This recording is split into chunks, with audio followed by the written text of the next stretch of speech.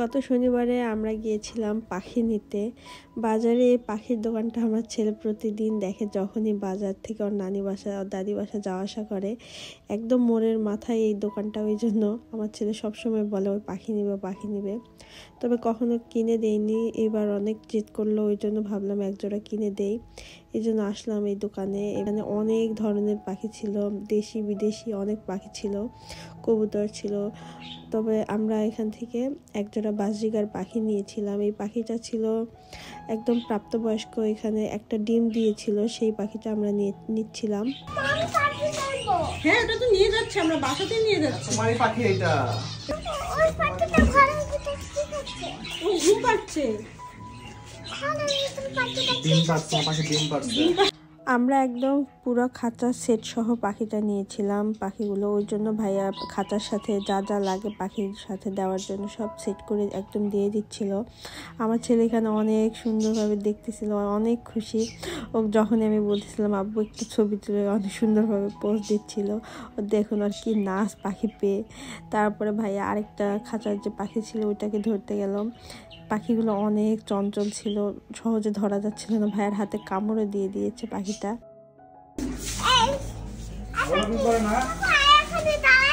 হ্যাঁ, ওটা তো ওদের জায়গা, তুমি ওদের সঙ্গে ভালো করে খেলবা, ওকে মারবা না।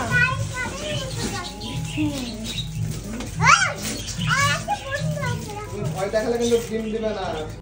পাখির জন্য যে পানি খাওয়া পট থাকে সেটাও ভাইয়া দিয়ে দিচ্ছিল। আমার ছেলে তো অনেক খুশি। তারপরে ভাইয়া যে খাঁচার ভিতরে একটা খেলনা থাকে পাখিদের জন্য, এটা ভাইয়া আমাদের গিফট দিয়েছে। এটা আমার ছেলের জন্য, ভাইয়া বারবার বলতেছিল এটা তোমার জন্য আমি গিফটটা দিলাম।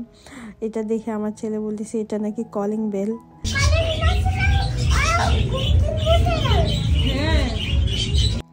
এরপর পাখির খাবার খাওয়ার জন্য যে পট থাকে সেটাও ভাইয়া দিয়ে দিচ্ছিল। দিয়ে দেওয়ার পরে খাঁচার নিচে যে ময়লা রাখার যে ট্রে থাকে সেটাও ভাইয়া খুব সুন্দরভাবে সেট করে দিচ্ছিল। তাহলে আমরা সহজেই বাসায় নিয়ে যেয়ে রাখতে পারবো, ময়লা করবে না সহজে। এরপরে আমার ছেলে তো মহা খুশি, ও পাখিটা নিয়ে আমরা বাসায় চলে যাচ্ছিলাম। পাখির সাথে ছবি তুলবাবি।